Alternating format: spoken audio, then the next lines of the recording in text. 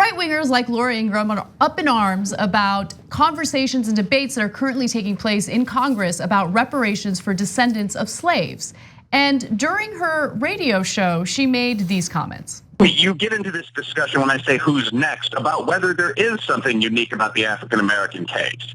So what about Native Americans, for example? Would that be the next reparations fight? Obviously, both white and black soldiers, frankly, took this country from the Indians. The first people. Yeah, people would argue that the whole world, and I would, that the whole world has been reshaped by people taking other people's land. I mean, it's called conquest. I mean, it's called, the Ottoman Empire had to shrink back. We had a totally different map throughout Europe and Asia. I mean, that's just the way the world is. I mean, they want to live in a fake world where, as Trump always says, you don't get do-overs. No do-overs. That's it. And it was there was an argument sometime, I think it was 1980s. There was a quote, "You won, we lost, that's that." So if you're a descendant of a slave and your ancestors were not only enslaved, but lynched, treated horrifically. And by the way, that in addition to Jim Crow laws, continue to negatively impact the wealth of Black Americans today. You don't get a do-over, according to Laura Ingraham. Yeah, look, in the context of slavery, saying we won, you lost, that's disgusting. That. I mean, it's hard to be worse than that. That's what the conversation was about. It was about reparations, okay? So now the reality is we do reparations all the time. Now, if you were to say we have to strike a balance on how far back we can go, that's an interesting conversation. So for example, we shot down in 1988 an Iranian plane. It had 290 civilians in it. In 96, you know what we did? We paid them reparations because we were wrong. And we killed all those civilians. We often pay for civilian deaths, and that is a form of reparations. In fact, with Native Americans, Harry Truman and some presidents after him offered money for the land that was stolen from the Native American tribes, because Truman and the other presidents acknowledged we stole them. We had deals, we went back on those deals. Sioux Nation to this day has not taken that deal, so technically they actually own some of that land in South Dakota, North Dakota, Minnesota, etc. And so reparations is a normal part of history as well. She mentioned the Ottoman Empire. There was a lot of people that were moved when the Ottoman Empire was split up.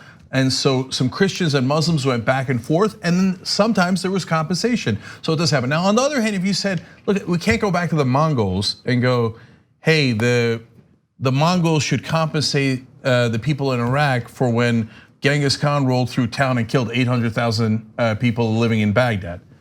Yes, you can't go back that far. So is there a reasonable conversation to have? Yes. Was what she did reasonable? No. Basically, like, who cares? We won.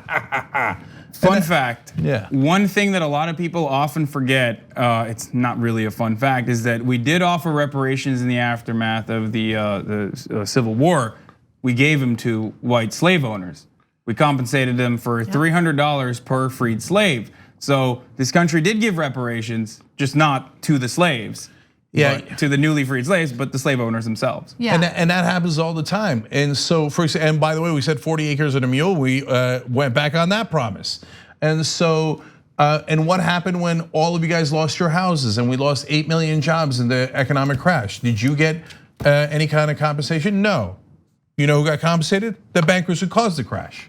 So that kind of injustice, I'm not comparing the two because slavery is way, way worse, obviously, right? But in terms of an analogy where the people who did the wrong wind up getting compensated and the people who got screwed get nothing, that's also happened for time immemorial. And just real quick, going back to what Laura Ingraham said in that clip, I mean, she said essentially, we won, you lost, haha, right? And I just wanna apply that logic to what you just said, Hasan, about the $300 that were given to slave owners who essentially lost, right? They lost that war and they got rewarded for it with $300 per slave. Just want to put that out there. Yeah, and so look, imagine if you took that. I don't know why this is not already as outrageous as this example, but it doesn't break through. We live in Trump's America. To the right wing. Imagine if you took that and said, hey, Jews in the Holocaust, the Germans won, you lost, ha ha. Wow, that is It's unconscionable, right? Although these days, maybe it is for the right wing. Maybe they would say that. But when you say it in terms of slavery, it's equally abhorrent. It's unbelievable that she can say that with a straight face. So we're running out of time, but Media Matters put together a video comparing Laura Ingraham to Richard Spencer, a very proud white nationalist. Take a look.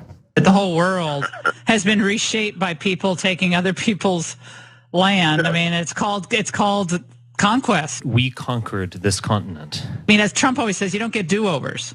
No do-overs. That's it. And it was there was an argument sometime, I think it was 1980s. There was a quote, "You won, we lost, that's that." Whether it's nice to say that or not, we won. And we got to define what America means. We got to define what this continent means. Like around describing world politics. We won, you lost, that's that. That's just what it is. America, at the end of the day, belongs to white men. That is pretty devastating. And in Charlottesville, they chanted, "The Jews will not replace us." Laura Ingraham on her show said, "The immigrants will not replace us." Exactly. And so why is it okay or not okay when you say it about certain people, but you could say it about immigrants, you could say it about Muslims, you could say it about African Americans, and the Fox News audience is perfectly happy with it, and the band marches on. So it's gross. Thanks for watching this free clip of the Young Turks. Don't forget to become a TYT member today. For more exclusive content, join now at tyt.com/join.